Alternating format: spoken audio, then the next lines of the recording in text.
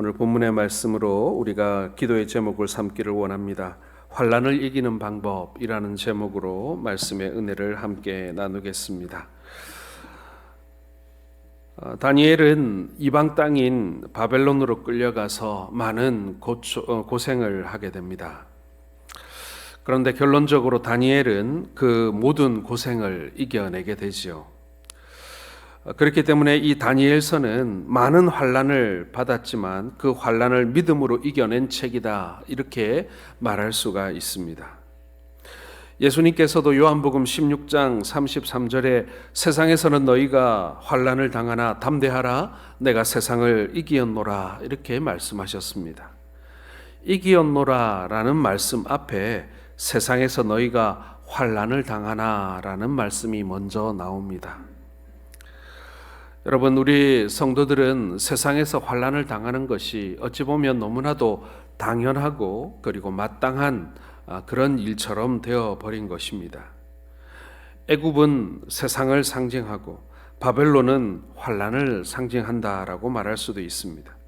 예수 믿는 사람들이 바벨론 같은 세상에 살아가면서 환난과 고난이 찾아오지만 그것을 예수님이 이기도록 만들어 주신다라는 말씀이지요.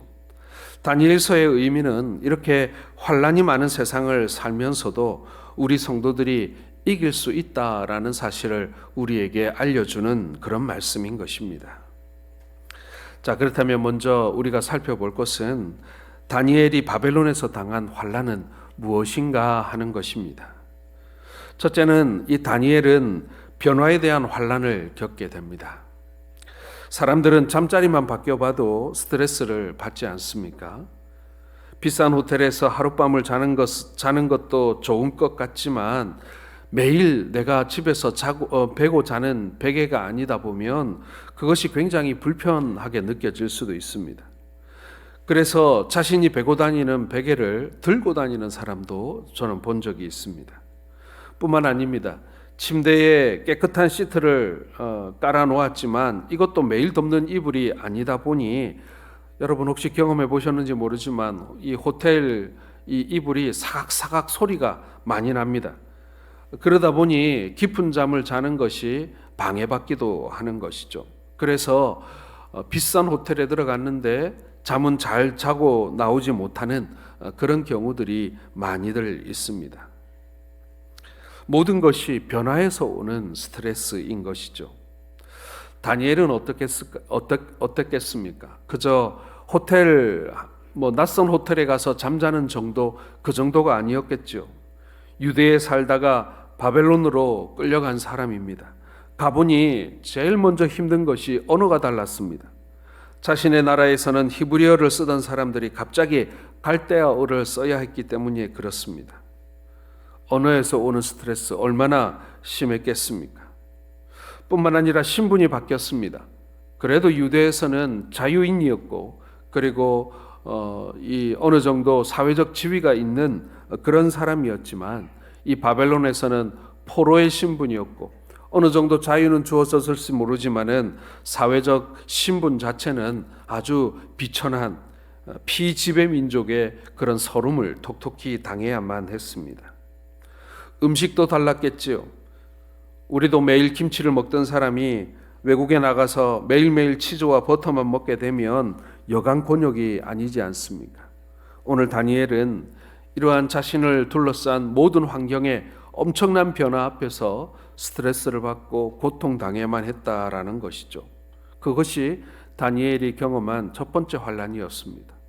그리고 두 번째 환난은 첫 번째 환난과는 비교가 되지 않을 만큼 고통스러운 환난입니다. 강제로 개종해야 하는 그러한 환난을 겪었던 것입니다. 바벨론의 느부갓네살 왕은 젊은 엘리트들을 잡아와다가 개종 작업을 시작했습니다.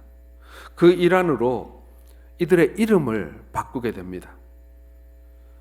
일제강점기에 우리 조상들이 경험했던 장시개명을 당하고 있는 것입니다. 이름을 바꾸면 사고방식이 바뀔 거라고 생각한 것입니다. 다니엘과 세 친구들이 바벨론에 잡혀가 처음 당한 것이 바로 이 이름을 바꾸는 것이었습니다. 7절을 보시기 바랍니다.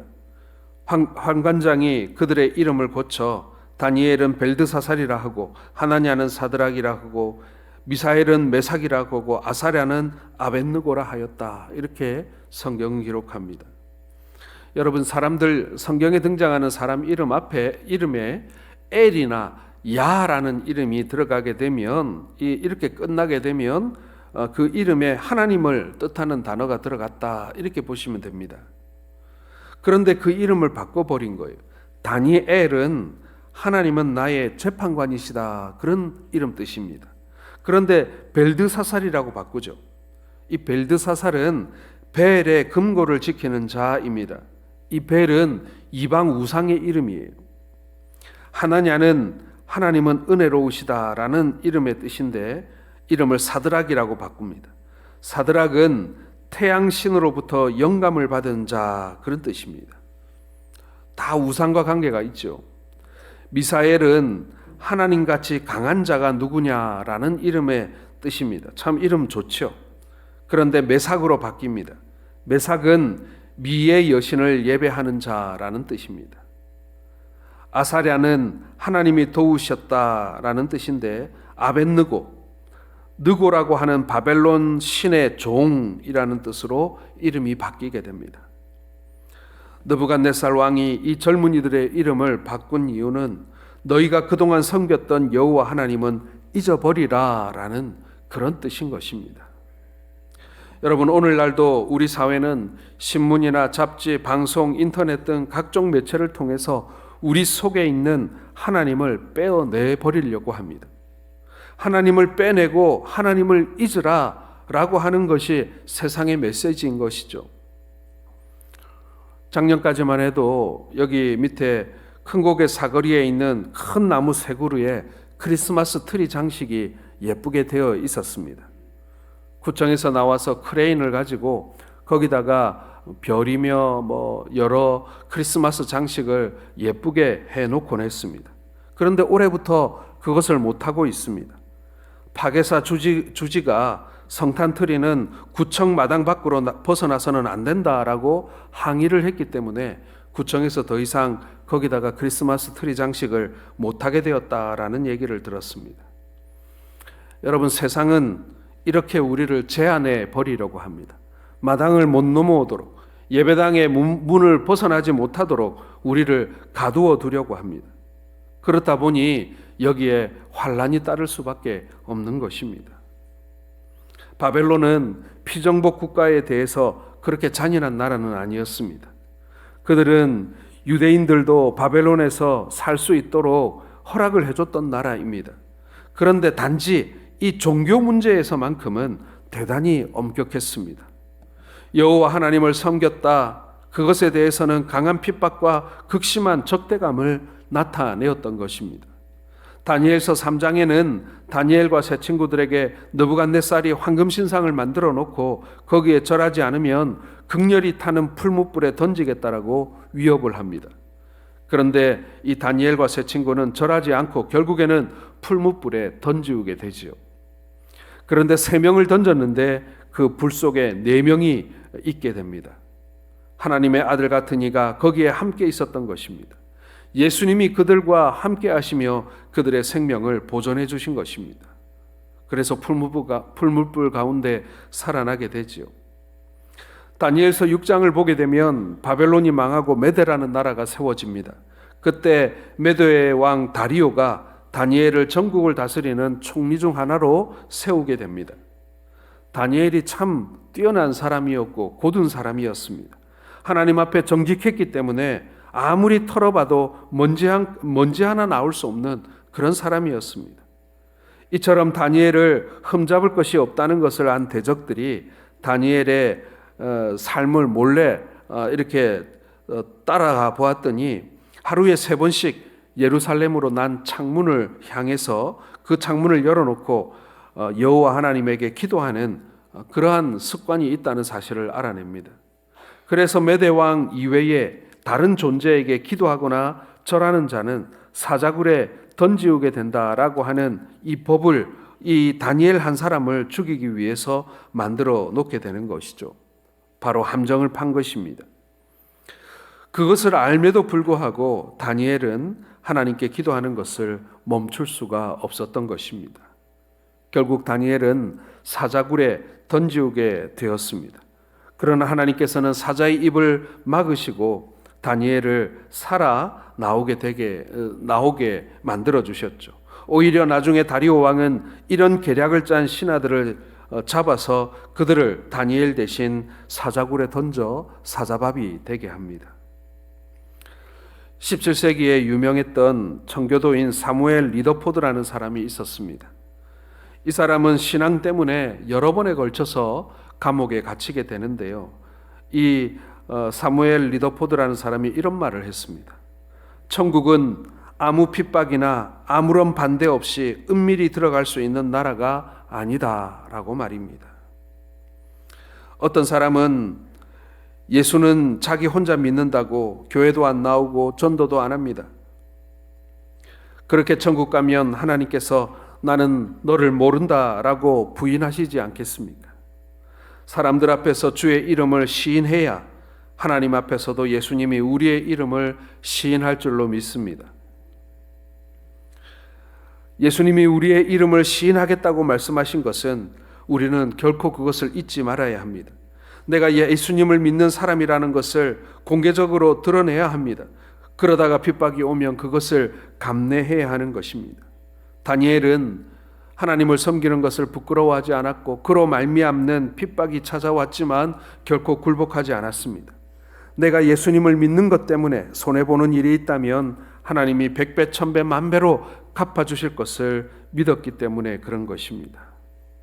다니엘은 많은 환난을 당했지만 믿음으로 이겨내게 됩니다. 우리가 한 주간 동안 함께 살펴볼 이 다니엘서 말씀이 그런 내용이에요.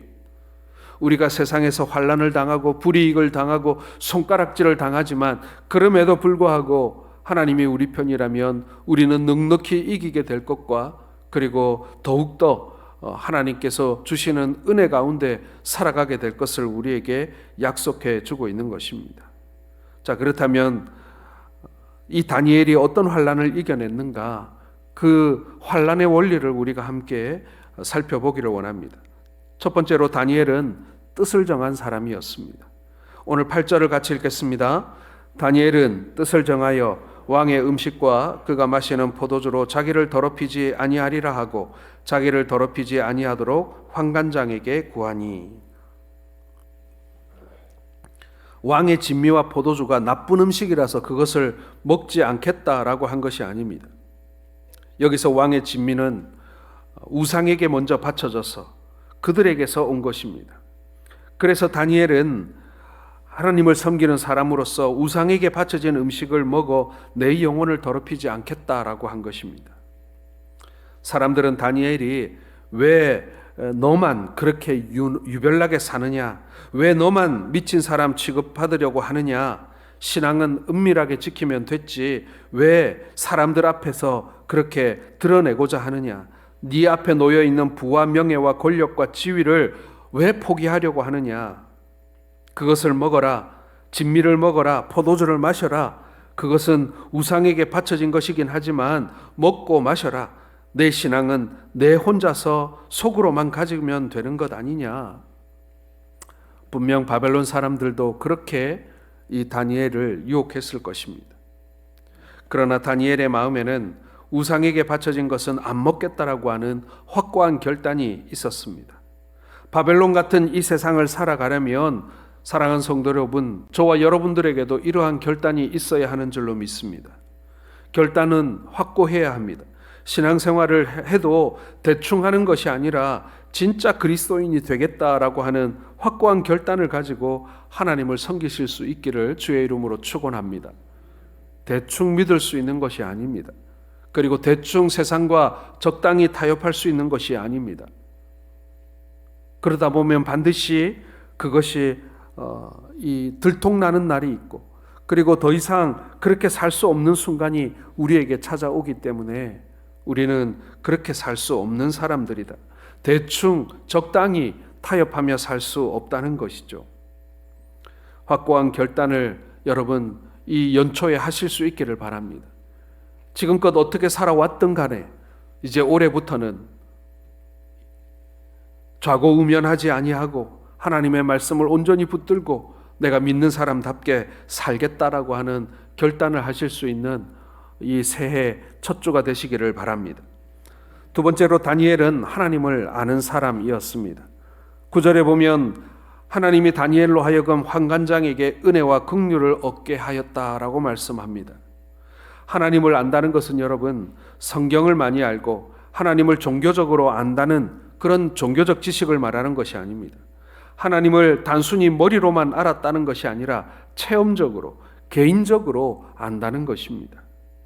하나님은 살아계신 하나님이시기 때문에 마음을 다하여 하나님께 부르짖으면 하나님은 우리를 만나 주시는 분이십니다.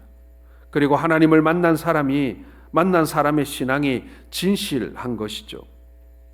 사도 바울은 로마서에서 육신적인 유대인이 유대인이라고 해서 다 하나님의 백성은 아니라고 말씀합니다. 로마서 2장 28절 29절에 무릇 표면적 유대인이 유대인이 아니요 표면적 육체의 할례가 아니라 오직 이면적 유대인이 유대인이며 할례는 마음에 할지라라고 했습니다. 다니엘서 11장 32절에도 오직 자기의 하나님을 아는 백성은 강하여 용맹을 떨치리라 라고 말씀합니다. 하나님을 체험적으로 알아야 이 세상에서 환난을 당하고 핍박이 와도 강하고 용맹스럽게 세상을 물리치는 신앙인으로 살 수 있다라는 말씀인 것입니다. 여러분, 성경을 많이 아십니까? 라는 질문보다 중요한 것은 하나님을 체험적으로, 개인적으로 알고 계십니까? 라는 그런 말이 더 맞습니다. 하나님이 나와 동행하신다는 것을 알고 계십니까? 라는 거예요. 우리가 말씀 속에 있는 하나님을 경험하고 그 말씀 속에 있는 하나님을 만나게 될 때 우리는 비로소 하나님과 함께 동행하는 삶, 하나님의 마음에 합한 사람으로서의 삶을 살게 될 줄로 믿습니다. 마지막 세 번째로 다니엘은 참된 믿음의 사람이었습니다. 12절과 13절을 한번 같이 읽겠습니다. 청하오니 당신의 종들을 열흘 동안 시험하여 채식을 주어 먹게 하고 물을 주어 마시게 한 후에 당신 앞에서 우리의 얼굴과 왕의 음식을 먹은 소년들의 얼굴을 비교하여 보아서 당신이 보는 대로 종들에게 행하게 하소서. 다니엘이 믿는 하나님은 살아계신 하나님이시고 모든 것을 아시는 하나님이십니다. 당신의 백성들을 구체적으로 돌보시는 하나님이십니다. 또한 전능하신 하나님이십니다. 풀무 가운데에서도 사자 입에서도 건져내시는 그러한 전능하신 하나님이신 거죠.